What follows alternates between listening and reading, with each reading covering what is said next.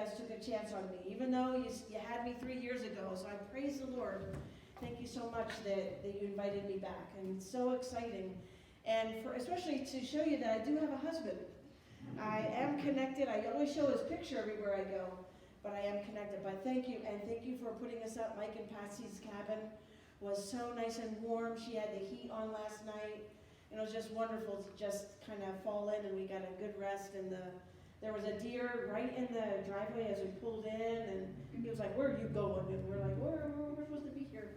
So, but thank you so much. I first and foremost wanted to just give a little present to the church. Your faithful giving. You don't know. We get a little report every few months on a website that we can look up, and there comes the Valley Church, Wellsboro, Pennsylvania. So much money. So much so that over the last 3 years, you've given to our work special, our project to build this church, our project to reach, as we said in Sunday school, that heart of Mexico, that dark heart of Mexico.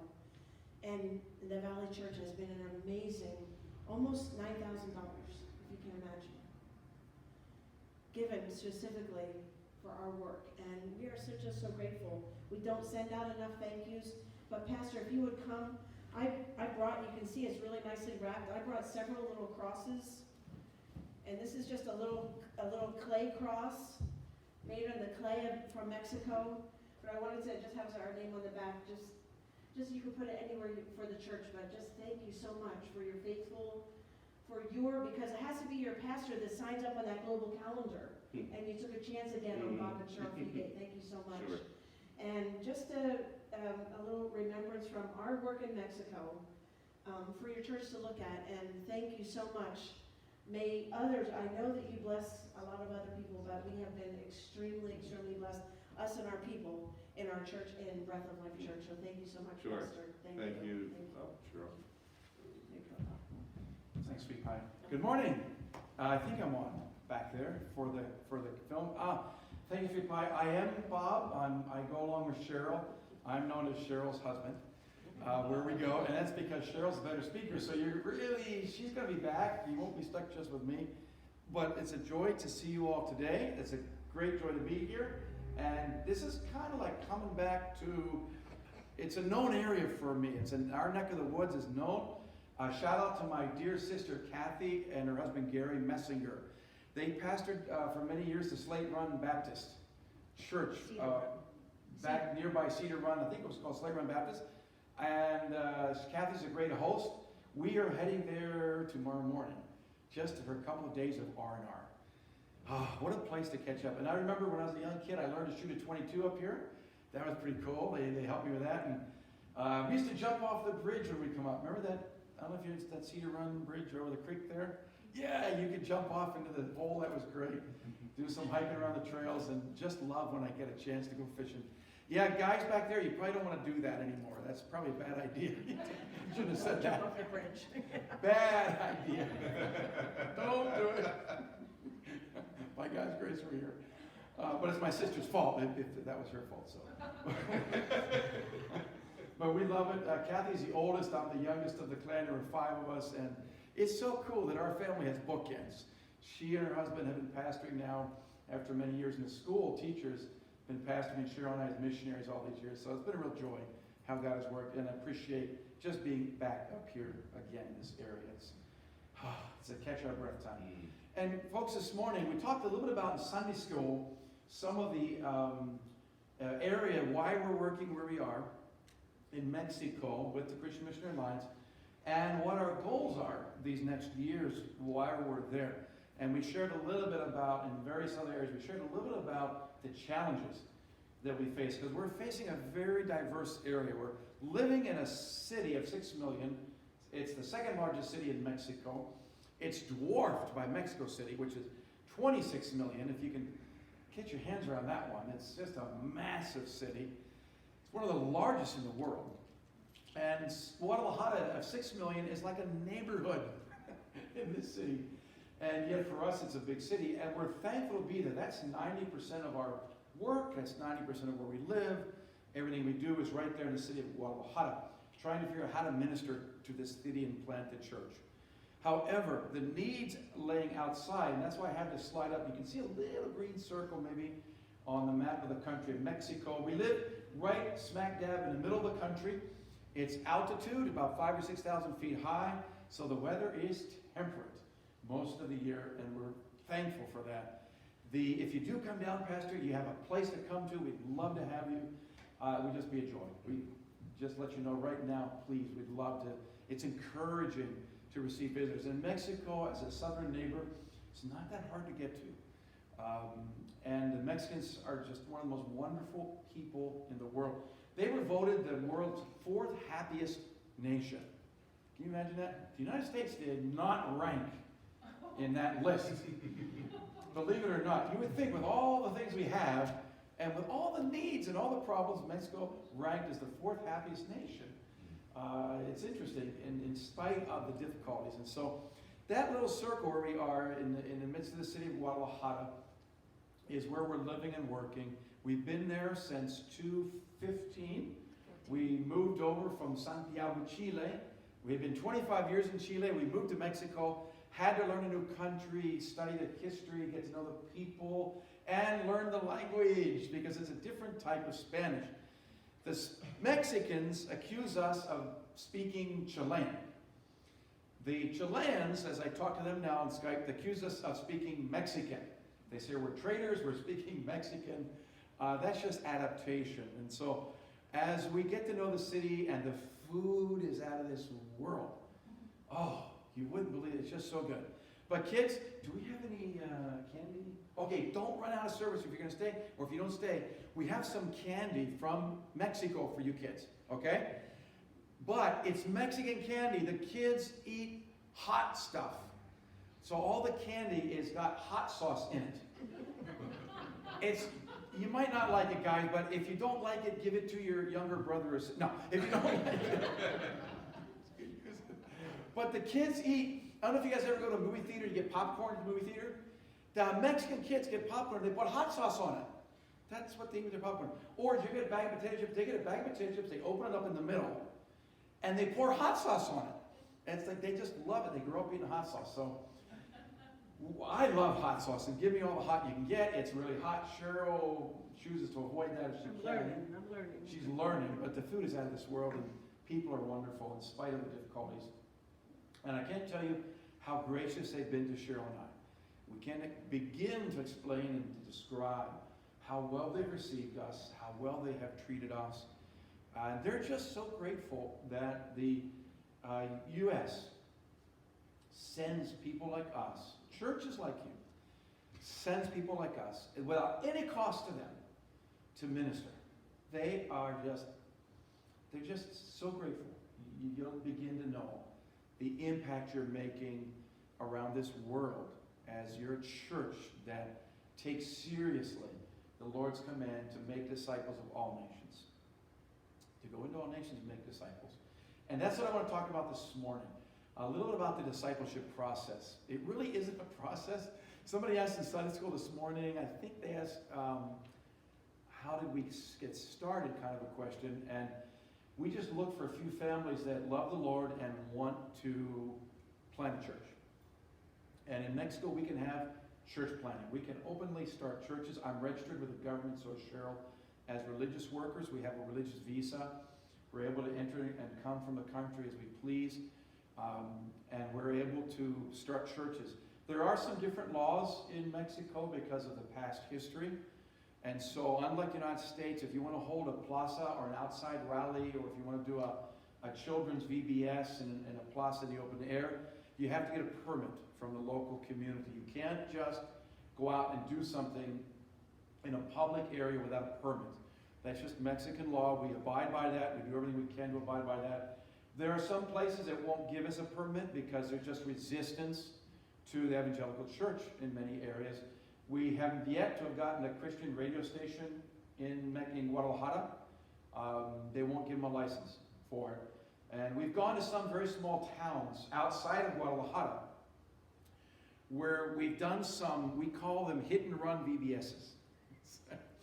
We know we're not going to get a permit, but these are towns that are just, one of them was named Car Door.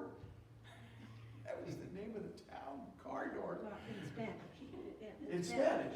yeah. In Spanish, but in English it's cardware, and the reason is because someone had started dumping their own cars in this field, and the town grew up there, and it's called cardware, and it's only like 500 houses, and it's got a tiny little plaza, and there's chickens running everywhere, and there's mules and horses everywhere. It's all farmland. So we did a hit and run there, which was great, because the kids love it. They just come running out. Some of the parents come out, and et cetera, et cetera. And so God's opening doors is what we're trying to say this morning. The Lord's opening doors for ministry in Mexico.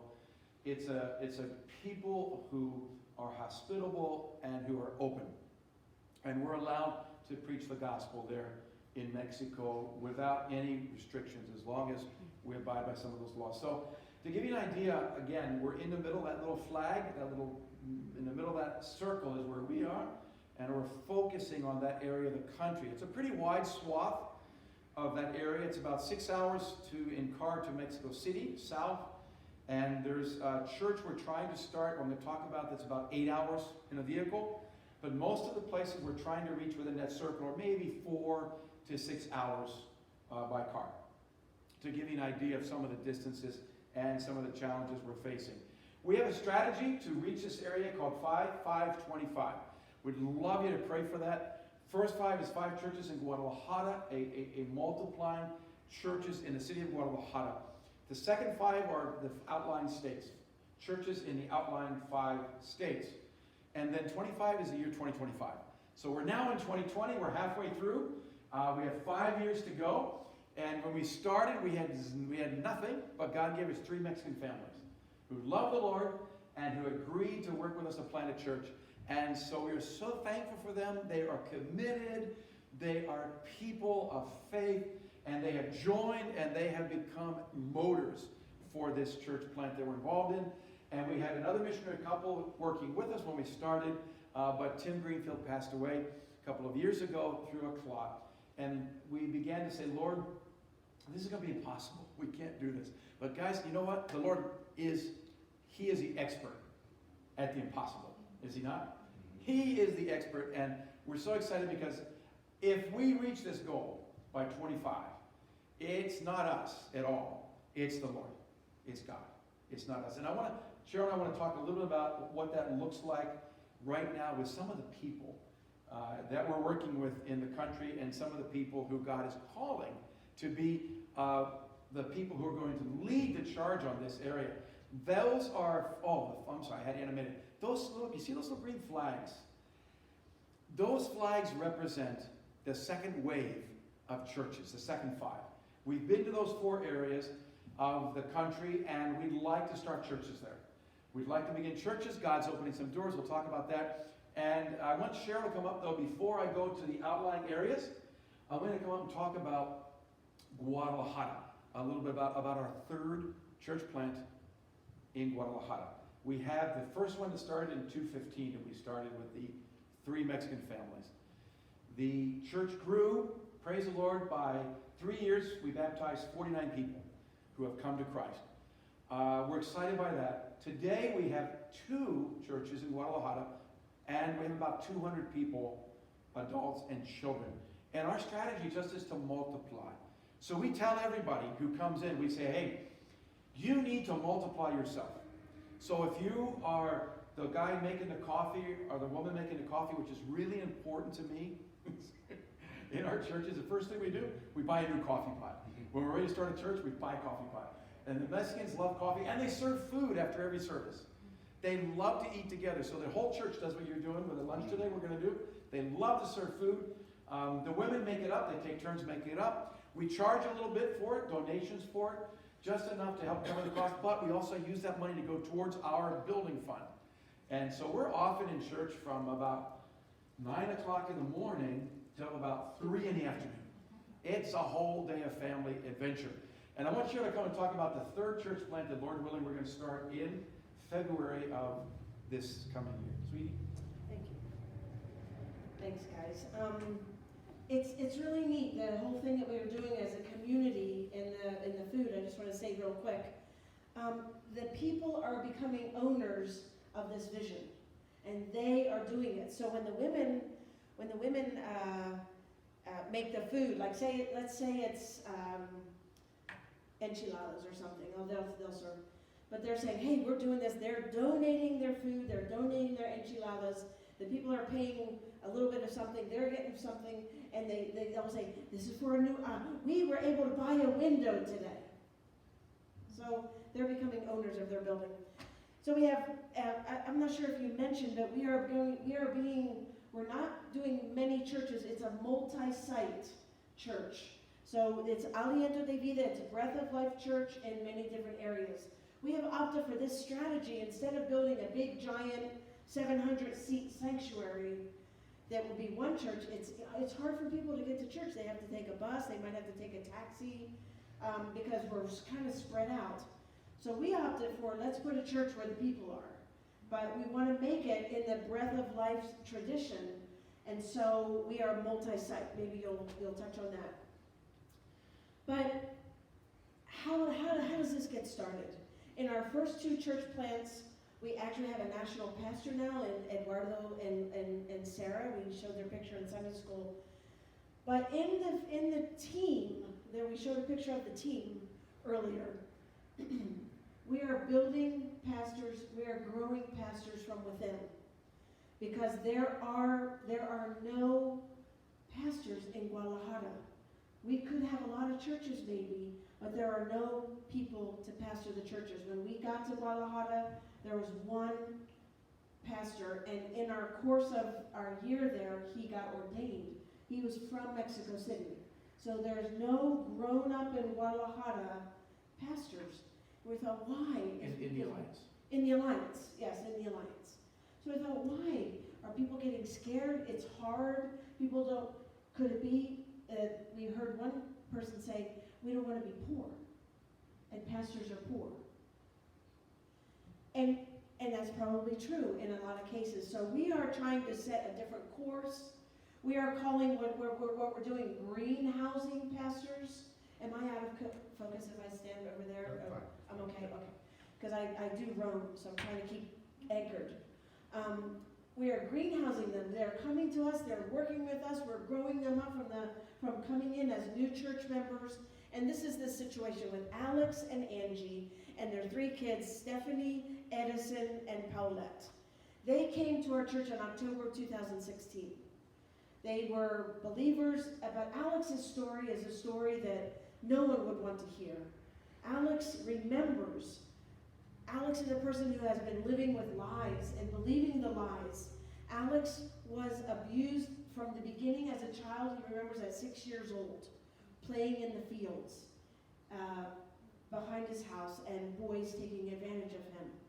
Then he would stay over at a neighbor's home, and the young teenage girl, he remembers, taking advantage of him.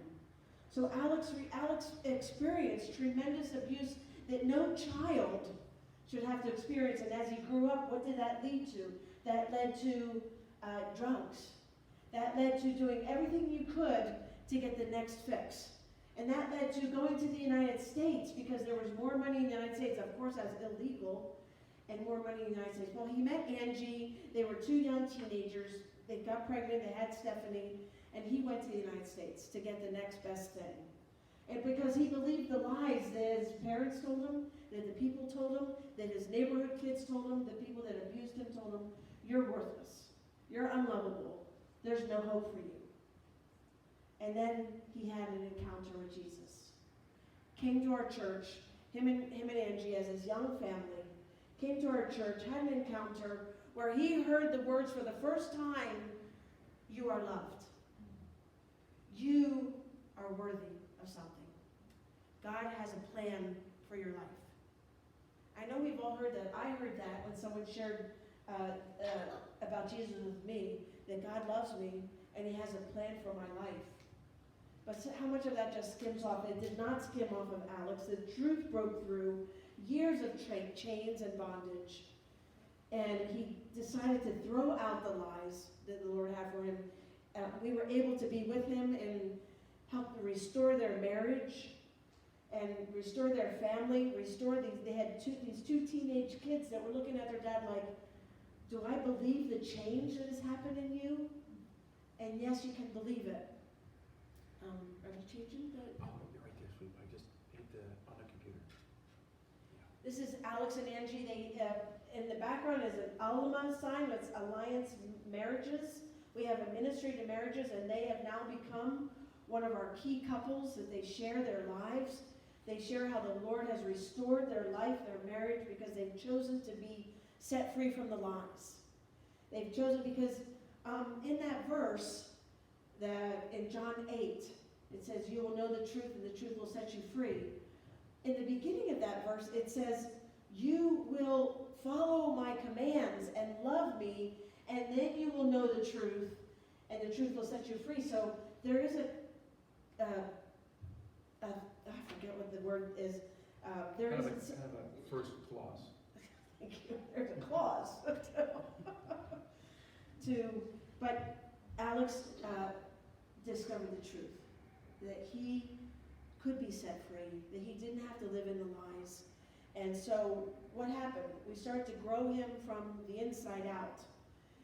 They became key members in our marriage ministry, and now here they are in our church, preparing to serve communion, preparing the table, preparing the congregation, sharing verses, and that's our little communion table that we have. Today he honors God by serving in the church, and he has chosen to honor God. How? Alex and Angie, they did not graduate high school, so they became what in Spanish is called comerciantes. They became like sellers in the street. There's street fairs that go. Each day it's in a different place. And they sell shoes and clothing. On Sundays, it's in the main plaza in our little town. The main plaza. You can make a lot of money on Sundays because that's a big selling day. All of a sudden, we discovered, Alex, you're in church every Sunday. He said, this is what I've decided. The Lord has released me. I'm free from the chains, and I want to honor him. How? He chooses to come to church on Sundays, and he opens his stand at 4 o'clock. And he says, Pastor, I've made more, the same or more, opening my stand from 4 to 8 than I made if I got there at 8 o'clock in the morning and spent 12 hours there. And so he's honoring God. God's honoring him. He's bringing his family to church. We are growing him from within. He has taken all of the discipleship courses that we offered, and now he's in a second level. And in their town, they live in a town that's about 30 minutes. They come in a car. In their town, we have at least 5 people from that town coming to church because of Alex and Angie's influence. They talk about it. They talk about the church. They talk about what Jesus has done. They are coming. So the third church plant will be in the little community where Alex and Angie are, where they have the Lord has blessed them. They are renting a home, renting a big house now to have their shop on the bottom floor. And on the second floor, they said, Pastor, could we have a Bible study? So that's what we're going to do. In San Sebastian, with Alex and Angie leading the way, that's where the third church plant in Guadalajara is going to be. Because they decided to not believe the lies. They decided to be set free by the truth. And it is a visual example of them knowing the truth and the truth setting them free. So in your prayers, we would love you to pray for Alex and Angie's daughter, Fanny, just started Bible school. She graduated from high school. She just started Bible school in August. Our church has given her a little bit of a scholarship, $15 a month, I think. We're giving towards that little tuition. But she feels a call of God on her life because of what God has done for her parents. So it's a chain reaction, guys. And we're so excited about what God's going to do in the future as we plant church. And I just wanted to say, we plant churches. We're church planters, 33 years going. Why do we plant church? Because when all is said and done, and I think it happens here in the United States too, when the missionaries go, because we come and go, and we can go on a moment's notice, when all is said and done, what's left but the church? The people that we've poured our life into, the kids that we've sang in Sunday school, and now little Fanny going to Bible school, they're the ones that are going to remain. And we believe that that's what's important. The church will remain as a lighthouse. And I think it happens here too. You guys here on this big main road, pastor and wife could leave in an instant.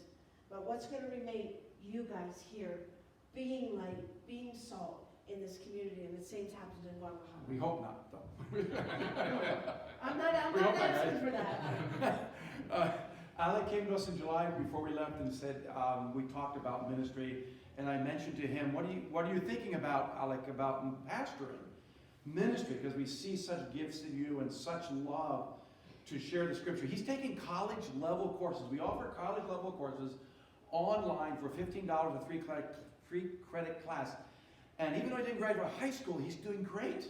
It's amazing. And so he said yes. He says, my wife and I are scared to death about this. And they always tell us, you guys scare us to death because we're not worthy to do this.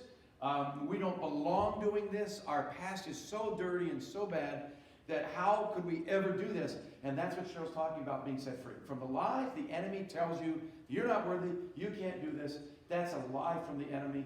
God loves us, he calls us, and he uses because we are giving him the glory. So he'll use a guy like Alex because only God can do that. He was over his drug addiction and his alcoholism instantaneously. Not everybody is. He was. Instantaneously, years of addictions gone because the power of the Lord. So we're so thankful.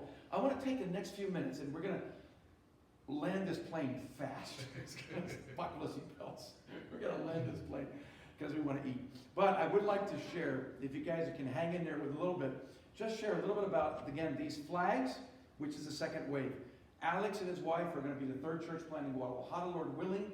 And we need to do this because the families that come from that area, the buses can take over an hour between getting back and forth, and they stop running at 10 o'clock at night on the weekday. So when they come into our Bible studies on Wednesday nights, the problem is it's just too dangerous to go home on the bus. It's too dangerous.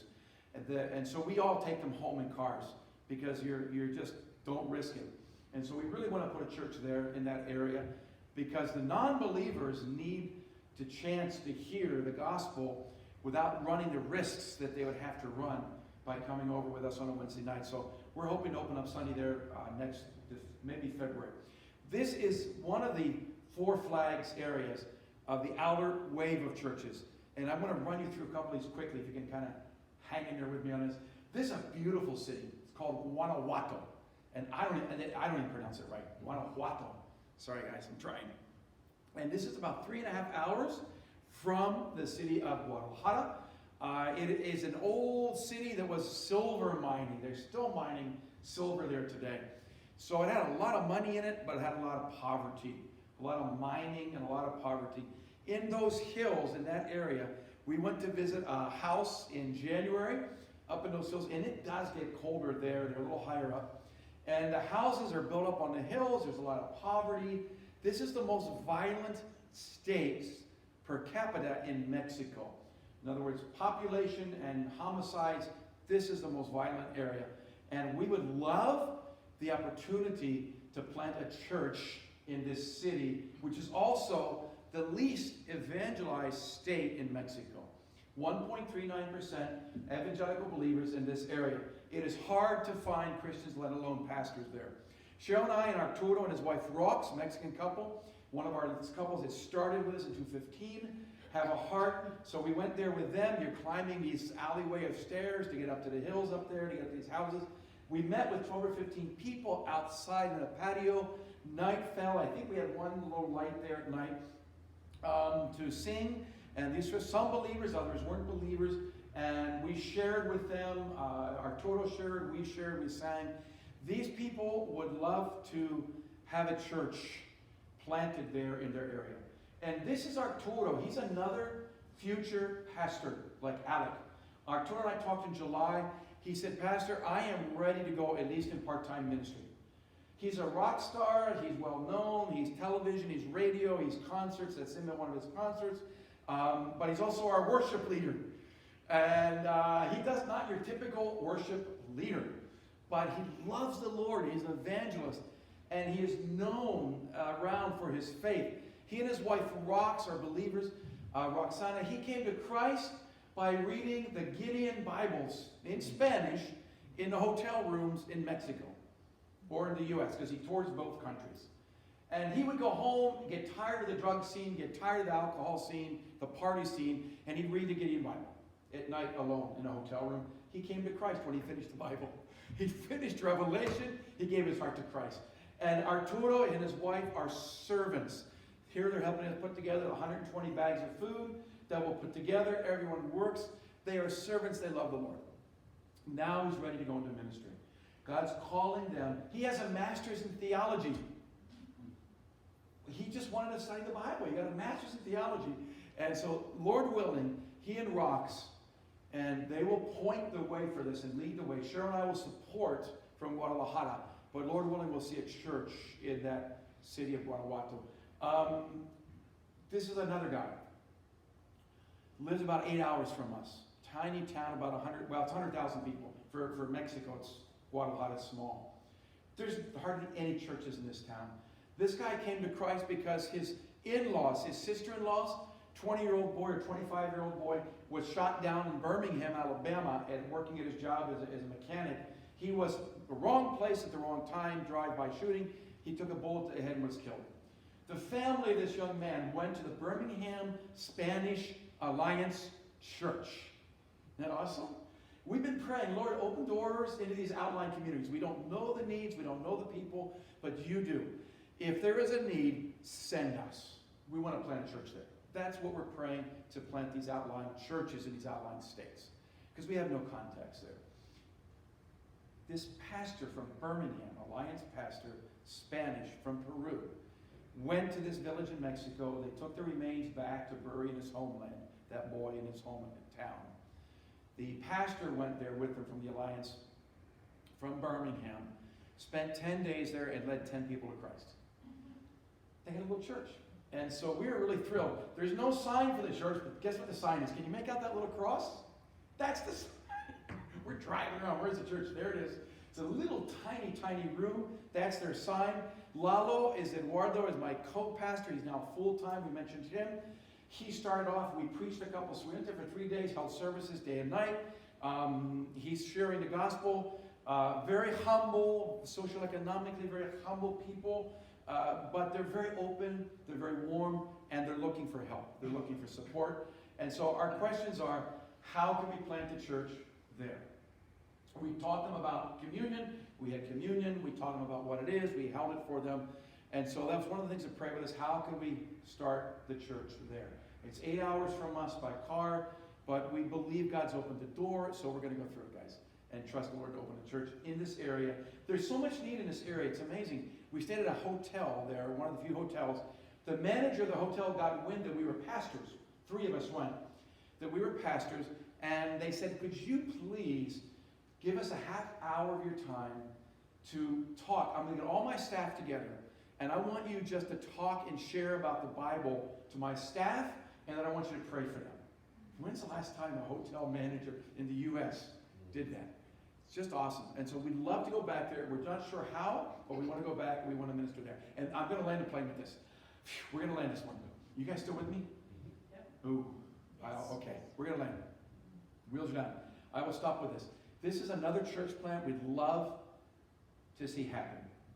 This is an indigenous group that lives south of us, 3.5, 4 hours south. It's in Michoacan. It's in a complicated area, violence-wise.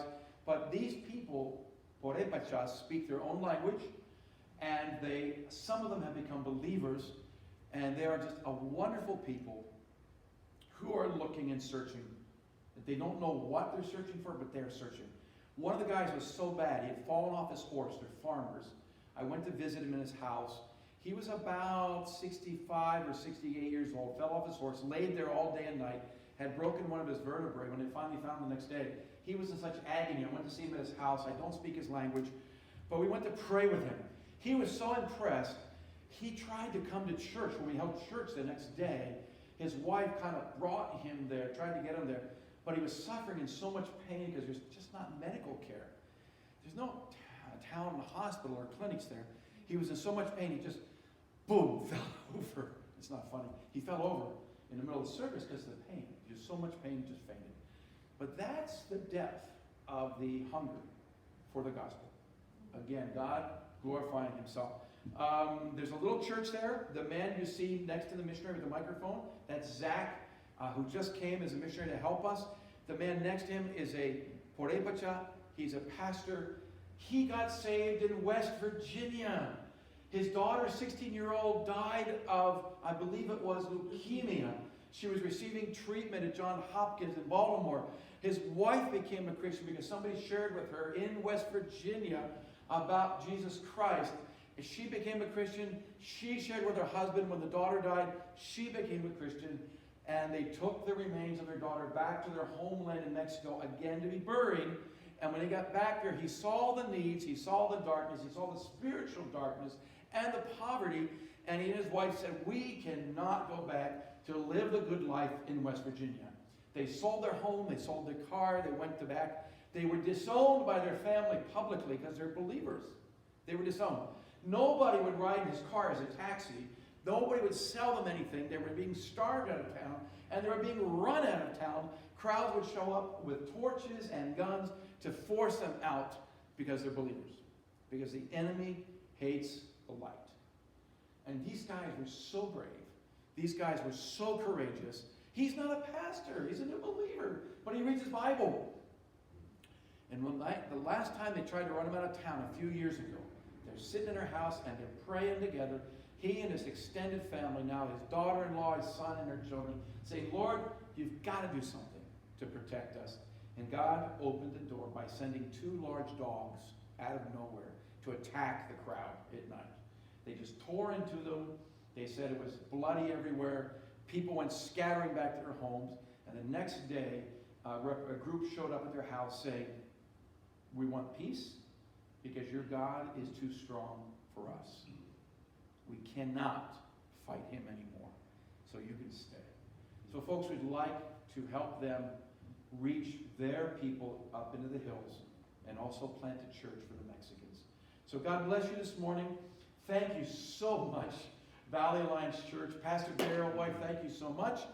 God bless you this coming year. And we are going to have some lunch together and time to share together as well. And then tonight we're back for 6 o'clock. Right. And we'll share a little bit more, some prayer requests, I think, at that time. Thank you.